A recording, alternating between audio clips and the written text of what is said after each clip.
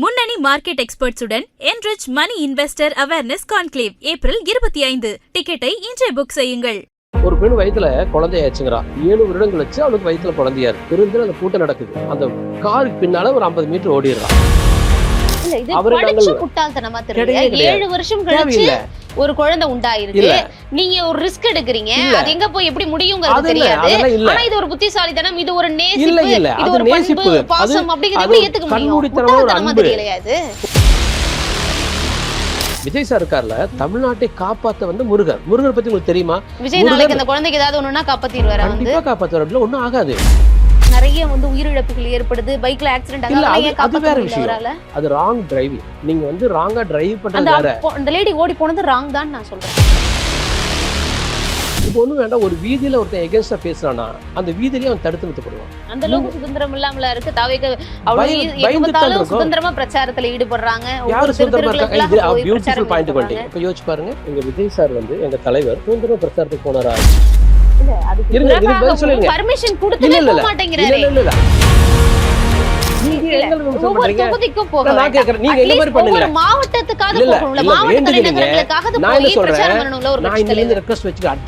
5 நாள் விஜய் சார் மாதிரியே நீங்க டிஎம்கே கார பண்ண சொல்லுங்க. எப்படி பண்ணணும்? வீட்டுலயே இருக்கணுமா? விஜய் அவர்களுக்கு நீங்க பார்த்த கட்டம் அப்படியே இருக்கா இல்ல மாறி இருக்கா? என்ன நடக்கும் தேர்தல்ல?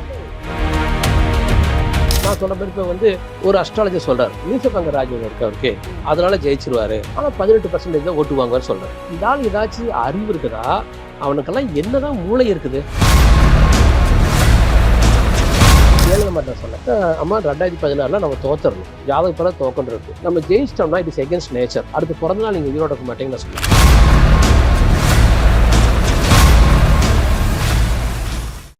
ஒரே தமிழ் நேயர்களுக்கு வணக்கம். இன்றைய நிகழ்ச்சியில் நம்முடன் இணைந்திருப்பவர் தமிழக வெற்றிக் கழகத்தின் செய்தி தொடர்பாளர் திரு ராதன் பண்டிட் வெற்றிவேல் அவர்கள். சார்கிட்ட கேட்க நிறைய கேள்விகளும் சந்தேகங்களும் இருக்கு, பேசுவோம்.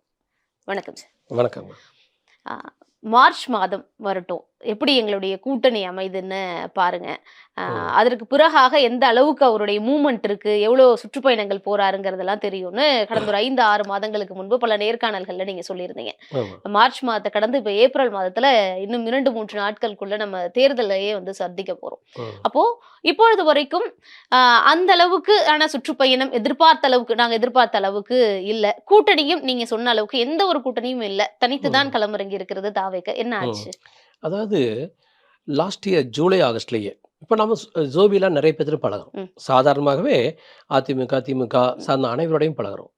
எங்கிட்ட ஒரு சேலஞ்ச் வச்சாங்க, உங்களால் வந்து ஒரு சாதாரண தனிப்பட்ட ஒரு எம்எல்ஏ கூட கூட்டணி வைக்க முடியாது, நாங்கள் அந்த மாதிரி ஒரு பிளானில் இருக்கோம், கரெக்டாக எக்ஸிக்யூட் பண்ணுவோம் அப்படின்னு சொல்லி சொன்னாங்க.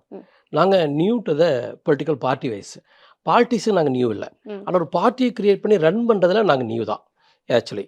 ஸோ அப்போ எங்களுக்கு என்ன தோணுச்சுன்னா, நாங்கள் கரெக்டாக ஒரு ஸ்ட்ரெயிட் ஃபார்வர்டாக கரெக்டான அப்ரோச்சில் இருப்போம், அந்த அப்ரோச் ஜெயிக்குன்னு நினச்சோம். உதாரணத்துக்கு காங்கிரஸ் பீப்புள் மற்றவங்க இவங்களுடைய அப்ரோச் மற்றது, இது உதாரணத்துக்கு நாங்கள் ஜாதி மதபேதம் இல்லாத ஒரு பார்ட்டி நாங்கள். ஸோ இந்த மாதிரி இருக்கிற ஒரு அமைப்புக்கு காங்கிரஸுடைய கொள்கை எங்கள் கொள்கை ஒன்று கேட்டீங்கன்னா 2 பேருக்கு கொள்கை ஒன்று, எளிதாக வைப்ரேட் ஆகும்னு நாங்களாம் எதிர்பார்த்தோம். காங்கிரஸ் கொள்கை உங்க கொள்கை இல்லையே. இப்போ நாங்கள் வந்து ஆக்சுவலாக ஜாதியை பார்க்கறதில்ல, மதத்தை பார்க்கறதில்ல, மொழியை பார்க்கக்கூடாதுன்னு நாங்கள் விரும்புகிறோம். தமிழ் எங்களுடைய தாய்மொழிங்கிறதுனால நாங்கள் தமிழை நாங்கள் நேசிக்கிறோம். அதை தவிர அடுத்த மொழியை வெறுக்கக்கூடிய தன்மையோ அடுத்த மதத்தை பார்க்கக்கூடிய தன்மை எங்களுக்கு இல்லை. காங்கிரஸுடைய தன்மை கொள்கை இதுதானே. திராவிட கட்சிகளுடைய சித்தாந்தங்களும் கொள்கைகளும் கிட்டத்தட்ட ஒண்ணுதான். நீங்க வந்து திராவிட சித்தாந்தங்களும் காங்கிரஸ் சித்தாந்தமும் பெருசா அவங்களுக்கு வேறுபட்டுறாது, அவங்க எல்லாமே ஒண்ணுதான்.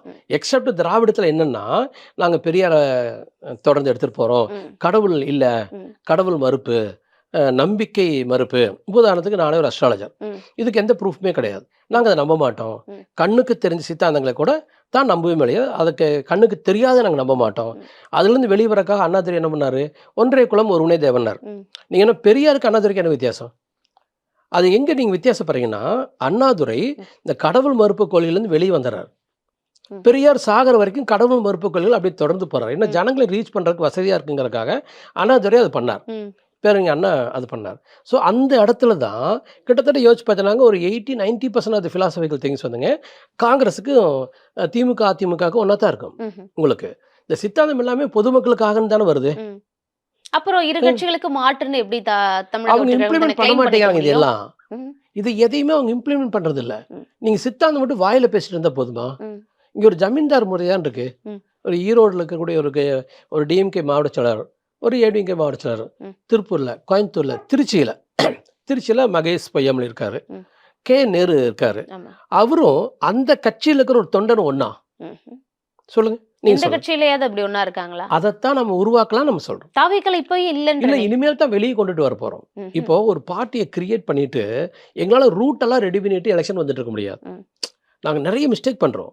ஆக்சுவலா எங்களுக்கு தெரியுது. ம். ஏன்னா பர்ஃபெக்ஷன் பண்றதுக்கான எங்களுக்கு கால அவகாசம் இல்லை. ம், நாங்க எலெக்ஷன் ஃபேஸ் பண்ணி ஆகணும். ம். எலெக்ஷன் மீட் பண்ற போது நாங்க நினைச்ச லட்சியத்தை ஃபர்ஸ்ட் எலெக்ஷன்லயே அடையலைனா, ம். இப்போ ஃபர்ஸ்ட் எலெக்ஷன் நாங்க ஒரு 10% ஓட்டு வாங்குறதா நீங்க வச்சுக்கோங்க. ம். அதன் பிறகு அதை நீங்க 50 மாற்ற முடியாது. ம். நீங்க வந்து ஃபர்ஸ்ட் எலெக்ஷன்லயே நாங்க வெளியில வந்து ஜெயிச்சு வெளியே வந்தாகணும்.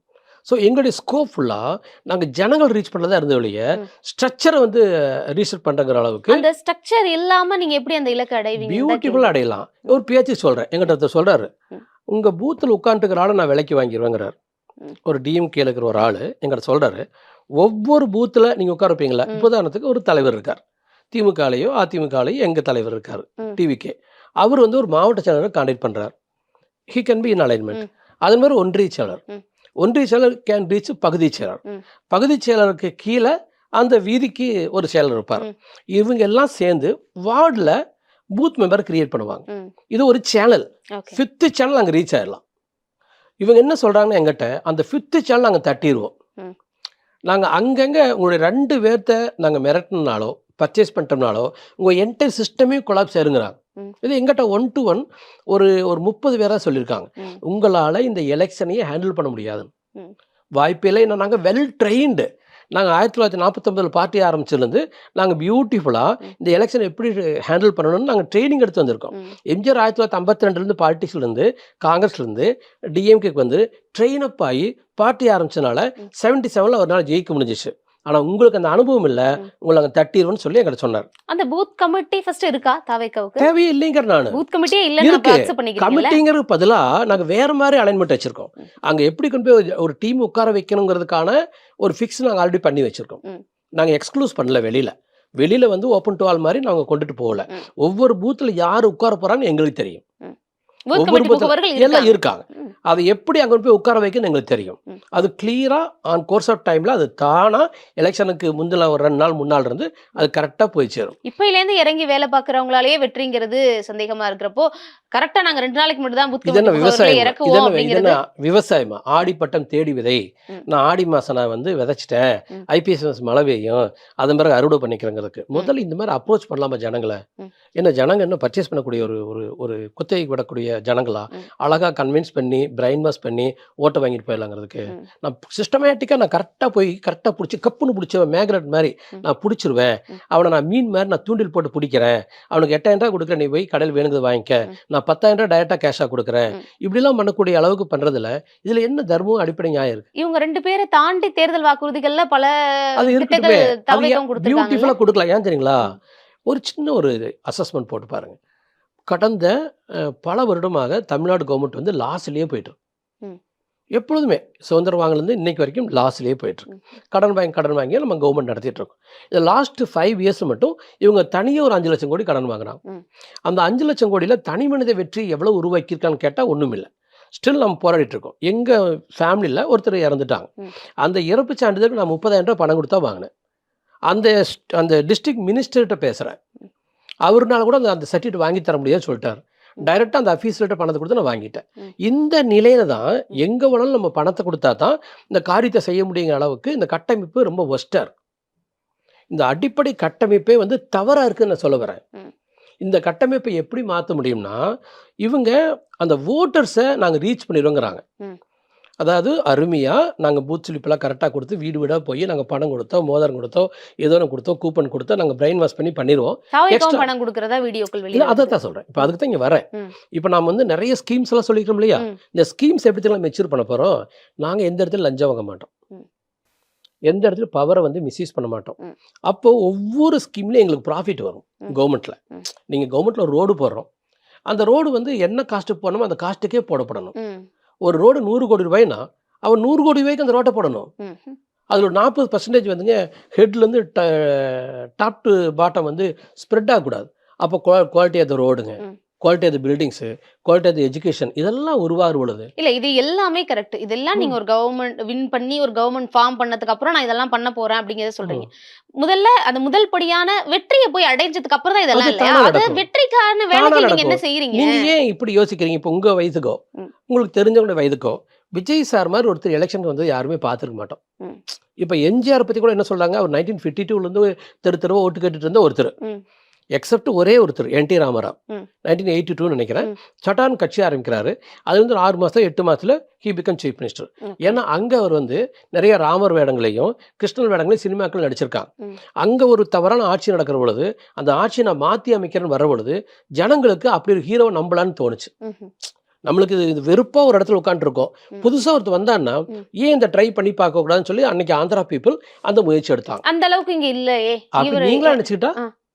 நீங்களா அப்படி நினைச்சுக்கிட்டா இருக்குன்னு நினைக்கிறீங்களா? அப்படி கண்டிப்பா வெளியில இருக்கு. போக முடியாத அளவுக்கு வந்து இல்ல வெளியில தமிழ்நாடு போக முடியாது, பாதிக்கப்பட்டிருக்கோம், வெளியில சொல்றது இல்ல. இல்ல மாற்றம் வேணும்னு நினைக்கிறவங்க நிறைய பேர் மாற்றம் வேணும் 2 இது கட்சிகள் ஒரு அமைதி அதெல்லாம் புரட்சி. இருக்கு ரைட். ஆனா அந்த மாற்றம் வேணும்னு நினைக்கிறவங்க ஆட்சி மாற்றம் அளவுக்கான ஒரு வேவ் இங்க அது இருக்காங்கிறது தான் அது கேள்வி. சுனாமி மாதிரி இருக்கு.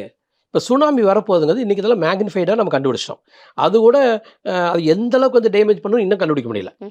ஒரு 2 கீழே தகடுகள் இடிச்சுக்கிறனால அது சுனாமி ஏற்படுங்கிறோம். அந்த மாதிரி இது அந்த கடல் எப்படியே கம்முன்னு இருக்குங்க. ஆனால் பயங்கரமாக ரியாக்ட் பண்ணுது. இன்னைக்கு ஓட்டு போட போகிற இந்த ஒரு 6.5-7 கோடி பேர் ஜனங்க பியூட்டிஃபுல்லாக கிரேட்டாக ஒரு தாகத்தோட ரியாக்ட் பண்ணிடுவாங்க. ஏன்னா இப்போ நாங்களாம் இருக்கோம், நாங்களும் எல்லாத்தையும் ரீச் பண்ணிட்டு இருக்கோம். ம். இப்போ எங்ககிட்ட பழங்களும் என்ன சொல்கிறாங்க, சார் நாங்கள் இதை வெளியில் பேச முடியாது, ம். வெளியில் பேச முடியாத அளவுக்கு பேசக்கூடிய அளவுக்கு எங்கிட்ட அந்த சுதந்திரம் இல்லை. ம். இப்போ ஒன்றும் வேண்டாம், ஒரு வீதியில் ஒருத்தன் எகென்ஸ்டாக பேசுகிறான்னா அந்த வீதியிலேயே அவன் தடுத்து நிறுத்தப்படுவான். ம். இன்றைய சூழ்நிலை அப்படித்தான் இருக்கு. அந்த அளவுக்கு சுதந்திரம் இல்லாமல இருக்கு. தாவேக்க அவ்வளவு எங்க பயந்துதான் பார்த்தாலும் இருக்கும். சுதந்திரமா பிரச்சாரத்துல ஈடுபடுறாங்க. யாரு ஒவ்வொரு சுதந்திரமா இருக்காங்க? இது தெருக்களுக்குலாம் போய் பியூட்டிஃபுல் பிரச்சாரம் பாயிண்ட் பண்றாங்க. வந்துட்டீங்க. இப்போ யோசிச்சு பாருங்க, எங்க விஜய் சார் வந்து எங்க தலைவர் சுதந்திரமா பிரச்சாரத்துக்கு போனாரா? இப்போ எலெக்ஷன் கமிஷன் வந்து இந்த நியூ டிஜிபி வந்த பிறகு இப்போ போறாருல, ம். திருச்சி போயிட்டு வந்தாரா, அங்க சரி தூத்துக்குடி போயிட்டு வந்தாரா, ம். திருநெல்வேலி போனாரா, திருப்பூர் போனாருங்களா, லோக்கல்ல சென்னையில் நிறைய இடத்துக்கு போயிட்டு வரல.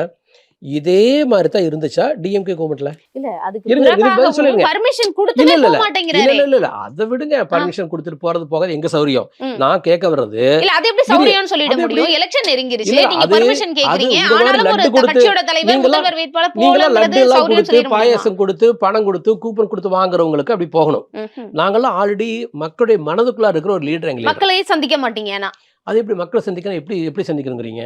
போய் அது எங்க பிரச்சாரம் பண்ணணும், சௌரியம்? மக்களுக்கு போகணும், நாங்க தெரு தெருவா சோசியல் மீடியா இறங்கணும், மீட் பண்றோம் பேசணும். இல்ல தேவையே இல்லைங்க. நானு ம். ஜனங்க ஒவ்வொரு பெண்ணும் ஒவ்வொரு இளைஞனும் இளைஞியும் ம். ஆளுக்கு 10 ஓட்டு கலெக்ட் பண்ணி தர ம். அளவுக்கு அவங்க ரெடியா இருக்காங்க. அப்போ இது எப்படி அவங்களோட நாங்க தோணுதுன்னா ரீச்சா இருக்கணும். மக்களுக்கு பாக்குறதுக்கு ம்.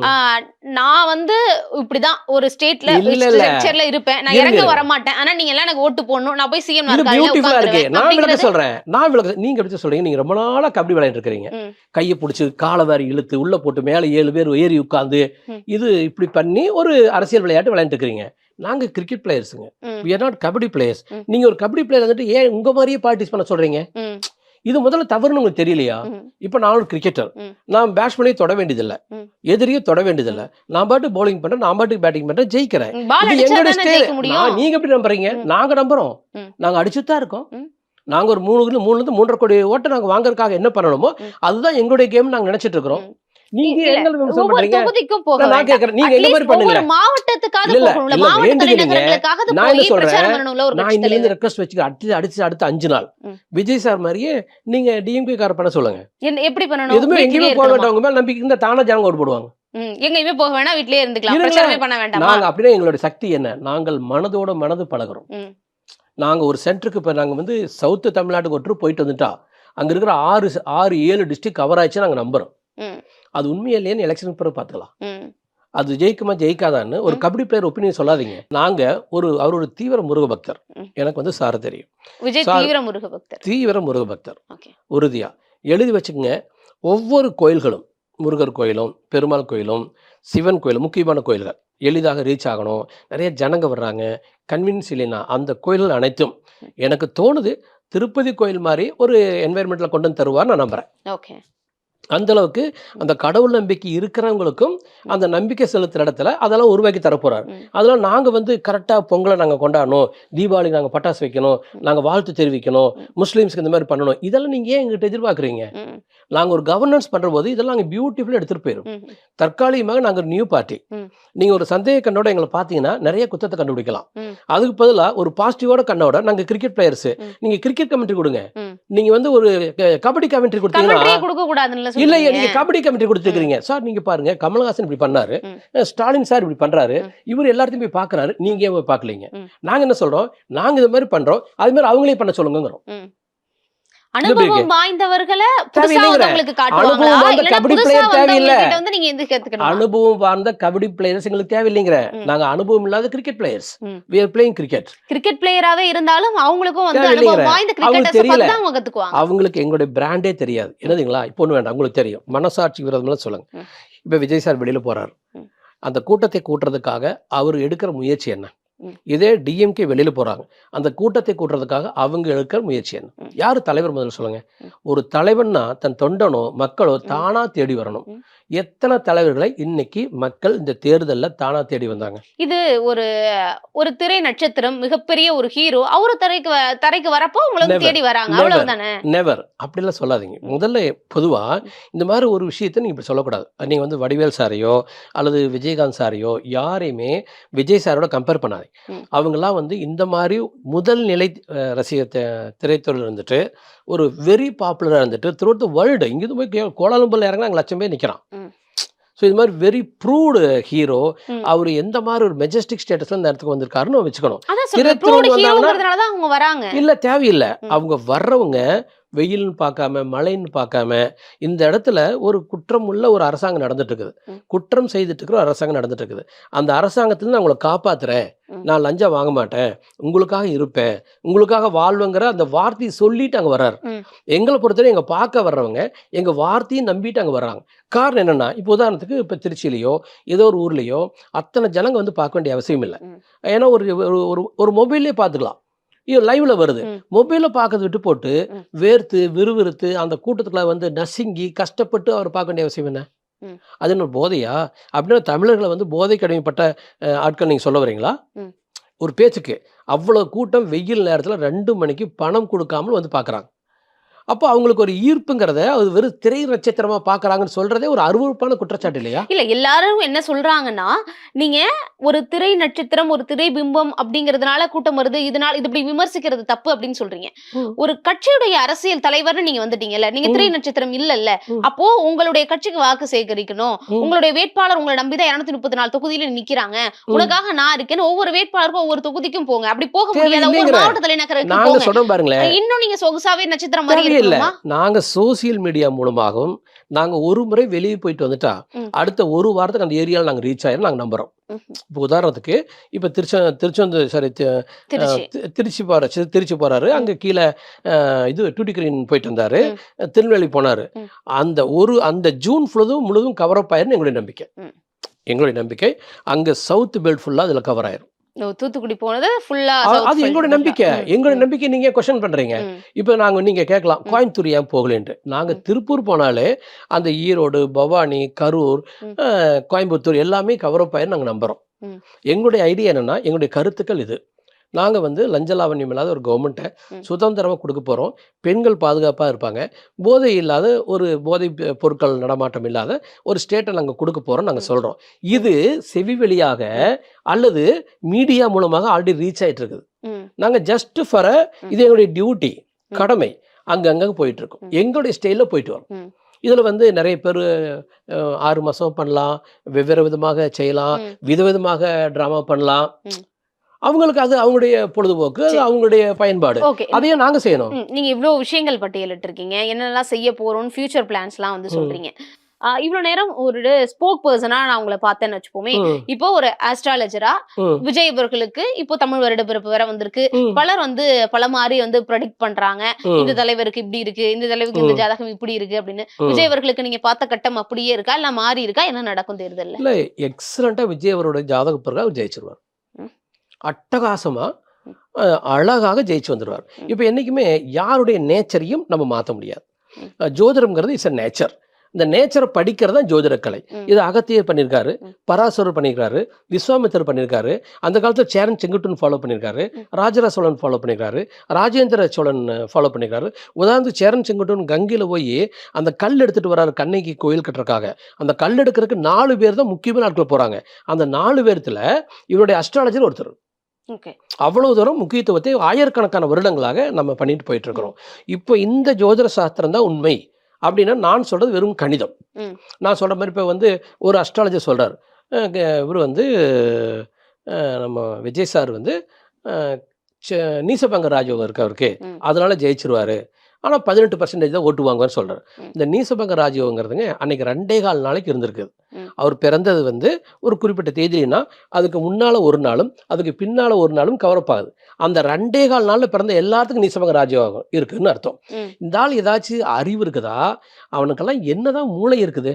அவர் சுக்கர திசையில் இருக்காரு, ராகு புத்தியில் இருக்காரு, இன்னும் அந்தரத்தில் இருக்கிறாரு, தசைனா தலைவிதி, புத்தினா உடம்பு மனசோ, அந்தனா இன்னைக்கு என்ன நடக்கும், வானத்தில் இருக்கிற கிரகங்கள் இவ்வளோ % இன்ஃப்ளூயன்ஸ் பண்ணலாம், இதெல்லாம் வச்சுத்தானே ஒரு ப்ரிடிக்ஷனாக சொல்லணும். அப்படிலாம் இல்லாமல் இது நீசபங்க ராஜயோகம் 18% ஓட்டு வாங்குவார், எந்த தராசில் அளந்து அந்த 15% சொல்கிறான்?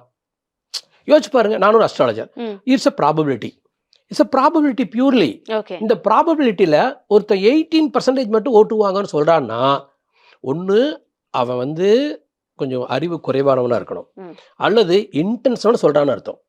இது ரெண்டத்துல வேற இருக்க வாய்ப்பு இருக்கா? நீங்கள் சொல்லுங்கள். ஒரு சகஜமான ஒரு படித்த பொண்ணு ஒரு ஜோதிடங்கிறது ப்ராபபிலிட்டி.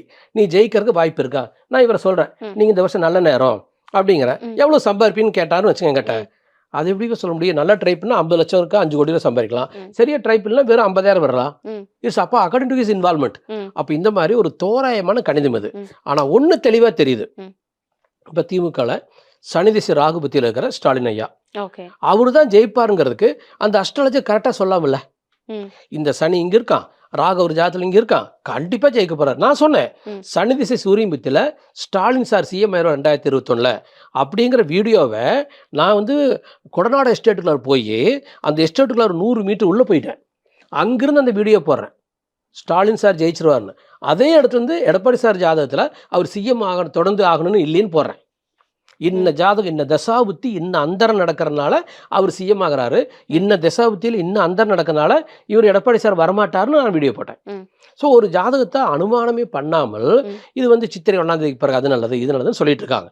ஸோ விஜய் சார் ஜாதக பிரகாரம் உறுதியாக இந்த கேமில் அவர் கண்டிப்பாக ஜெயிச்சிருவார். உதாரணத்துக்கு ஜெயலலிதா மட்டும் நான் சொன்னேன், அம்மா 2016 நம்ம தோத்துறணும், ஜாதக பிறகு தோக்கன்று இருக்கு, ஏதாச்சும் மிஸ்யூஸ் பண்ணி ஏதாச்சும் தவறு செய்து பணம் கொடுத்து ஏதோ ஒரு வகையில் நம்ம ஜெயிச்சிட்டோம்னா இட் இஸ் எகென்ஸ்ட் நேச்சர். அடுத்து பிறந்த நாள் நீங்கள் உயிரோடு இருக்க மாட்டேங்கன்னு நான் சொன்னேன். இதை வந்து நம்ம வைஸ் பிரசிடண்ட் சிபி ராதாகிருஷ்ணன் இருக்கார் இல்லையா, அவர்கிட்ட சொல்லியிருக்கேன். ஈரோடு முத்துசாமி இன்னைக்கு சிட்டிங் மினிஸ்டர் சொல்லியிருக்கேன், சைதி துரைசாமி சொல்லியிருக்கேன், ஐஸ்வரி கணேசன் சார்ட்ட சொல்லியிருக்கேன், விஜய் சார்ட்டே சொல்லியிருக்கேன். இந்த மாதிரி நிறைய ஜனங்கிட்ட சொல்லியிருக்கேன். 2016 அவங்க ஜெயிச்சாங்கன்னா உயிரோடு இருக்க மாட்டாங்கன்னு சொன்னேன். காரணம் இட்ஸ் எகென்ஸ்ட் நேச்சர். நீங்கள் வந்து இயற்கைக்கு விரோதமாக நடக்கக்கூடாது. இப்போ ஒருத்தர் கெட்ட நேரத்தில் இருக்கும்போது ஒருத்தங்கிட்ட 100 கோடி ரூபா பணம் கிடச்சா என்ன ஆகும்? அது பயங்கர கெடுதல் போய் சேர்த்துரும். ஸோ அந்த மாதிரி தான் என்னுடைய ஈவெண்ட். அப்போது இன்னைக்கு ஸ்டாலின் சாருடைய ஜாதக பிரகாரம் அவர் ஜெயிக்க முடியாதுன்னு எனக்கு தோணுது. நான் அரித்தமேட்டிக்னால அதை சொல்கிறேன். நான் என்னுடைய விருப்பத்தை நான் சொல்ல, என்னுடைய விருப்பம் இதுவாக இருந்தால் 2021 எடப்பாடி பழனிசாமி சார் தான் ஜெயிப்பார்னு சொல்லியிருப்பேன். அன்னைக்கு ஸ்டாலின் சார் தான் ஜெயிப்பார்னு சொன்ன அந்த வீடியோக்கள் இருக்கு, யூடியூப்ல போய் செக் பண்ணி பாருங்க. ஓகே, அப்போ 26ல் விஜய் அவர்கள் தான் முதல்வர் தோணுது. அவரு தான் முதல்வர் அல்லது அவர் தான் ஆளுங்கட்சி அல்லது ஆளுங்கட்சினா இல்ல, அவர் தான் ஆளுங்கட்சி, அவர் தான் முதல்வர், அவர் தான் வெற்றி பெறுவார், முதல்வர்னு எடுத்துக்கலாம். ஆமா, இத நான் திரும்ப பேசலாம், கண்டிப்பா பேசலாம். நீங்க எலெக்ஷன் முடிஞ்ச பிறகு நான் இங்க தான் இருக்க போறேன், நம்ம பேசுவோம். ஆனா வரக்கூடிய கருத்து கணிப்புகள் எல்லாம் பார்த்தோம் அப்படின்னா கணிசமாக ஒரு 5 தொகுதிகள் அதுவே வந்து அதிகம் வெற்றி பெறுறது அப்படிங்கிற மாதிரி சொல்றாங்க. ரொம்ப பாவம் இல்லைங்களா? நீங்க யோசிச்சு பாருங்க, இன்னைக்கு ஒரு 3 கோடி பேர் எப்படி ஓட்டு போடுவாங்க நமக்கு தெரியாது. இந்த இளைஞர்கள் பட்டாளம் from the age of 18 to 40 இந்த 22 அந்த வயது குரூப் எப்படி தன்னை மாற்றிக்குவாங்க. இப்போ இந்த குரூப்பில் 23 to 40 அந்த 17 வருடங்கள் இருக்கிறவங்க ஏற்கனவே ஓட்டு போட்டிருப்பாங்க போன எலெக்ஷன்ல எல்லாம். அதுக்கு முந்தின எலெக்ஷன் ஓட்டு போட்டவங்களும் இருப்பாங்க. அப்போ ஏடிஎம்கே டிஎம்கேக்கு ஏற்கனவே ஓட்டு போட்ட ஜனங்க, புதுசாக வரக்கூடிய ஓட்டர்ஸ், இவங்க கிட்டத்தட்ட ஒரு 22 வருட கால பிறப்புகள். இவங்க எல்லாரும் என்ன நினைக்கிறாங்கன்னு நம்மளால அவ்வளவு தோராயமாவோ அல்லது அக்யூரேட்டாவோ சொல்ல முடியாது. இதுதான் உண்மையான நிலைமை. அப்புறம் உங்களுக்கு தெரியும், இது ஒரு மிகச்சிறந்த ஒரு நாடு. இங்க வந்துங்க இந்த தமிழ்நாடாகட்டும் இந்தியா ஆகட்டும் நேர்மையினுடைய ஒரு குவியல் இது. அப்படியே ரோட்ல போனீங்கன்னாங்க பாலும் தேனும் ஓடும். நீங்க அப்படியே எடுத்து நீங்க குடிச்சுக்கலாம். அவ்வளவு தர்மமான அரசாங்கம், அவ்வளோ தர்மமான அதிகாரிகள், அவ்வளோ தர்மமான பத்திரிகை துறை, அவ்வளோ தர்மமான சேனல்ஸு.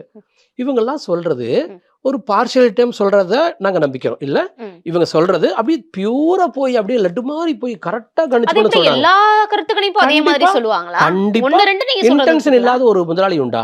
இப்ப நான் இருக்கேன், நான் என்னுடைய தொழிலுக்கு நான் ஒரு முதலாளி மாதிரி, என் தொழிலுக்கு. அது மாதிரி எந்த தொழிலுக்குமே ஒரு கேப்டன் இருப்பான். அந்த கேப்டனோட இன்டென்ஷன் அந்த டீம் பிளேயிங்ல இருக்குமே இருக்காதா?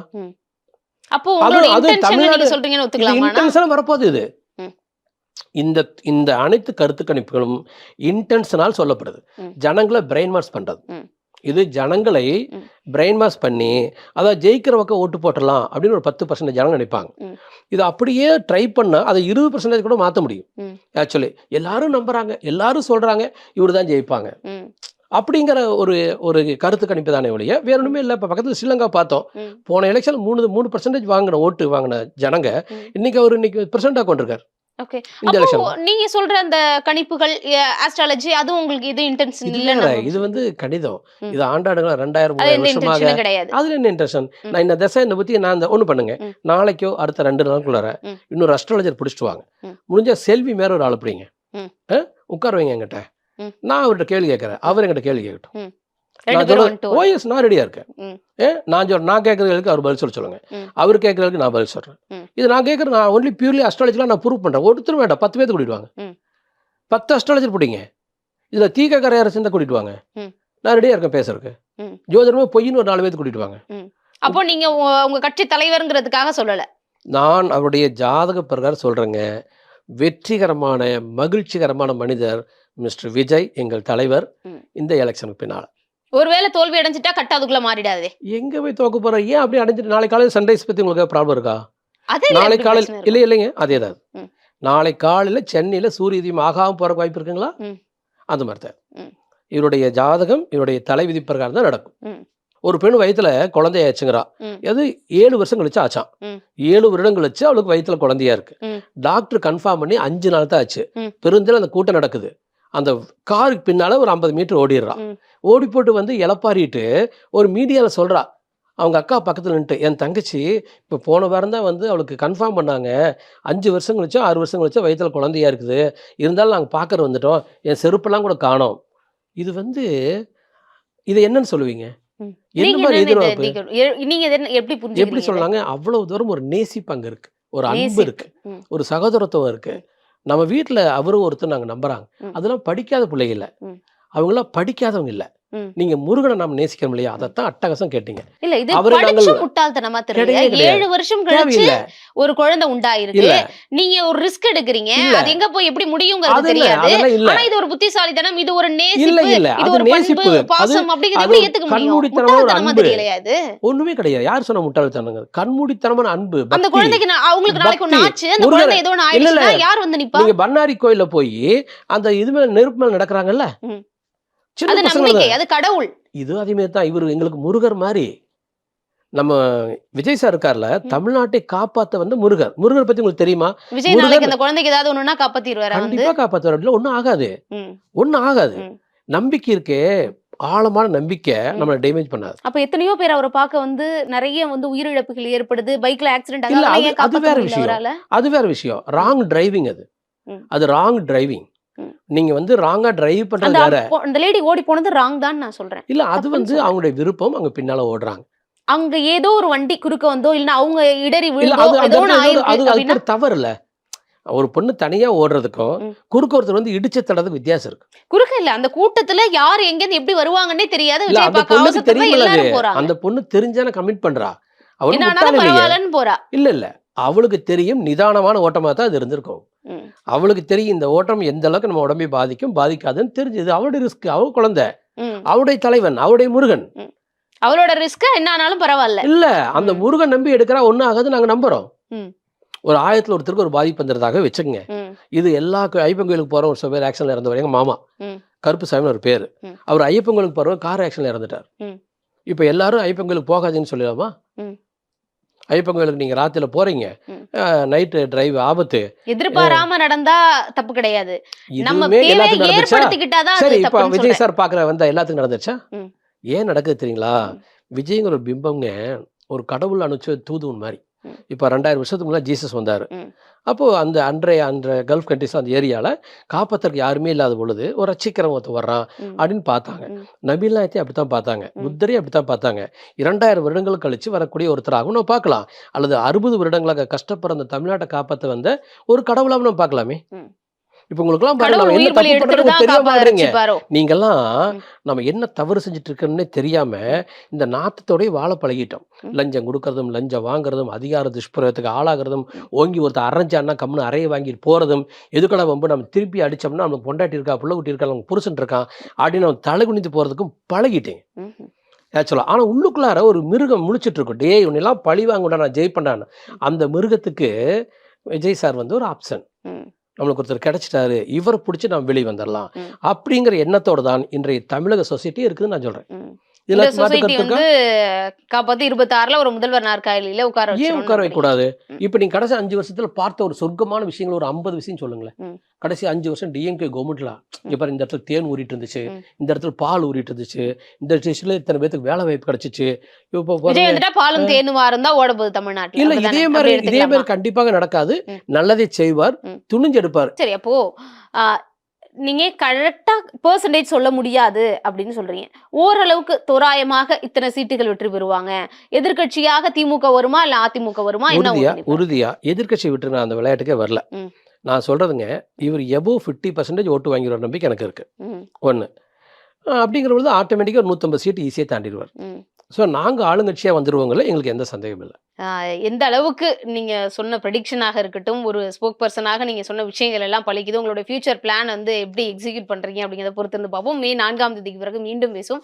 இரவு நேரம் ஒதுக்கி நிறைய கேள்விகளுக்கு மிக நேர்த்தியான தெளிவான பதில்கள் கொடுத்ததுக்கு நன்றி சார். நன்றி, தேங்க்யூ. முன்னணி market எக்ஸ்பர்ட்ஸுடன் enrich money investor awareness conclave April 25. டிக்கெட்டை இன்றே புக் செய்யுங்கள்.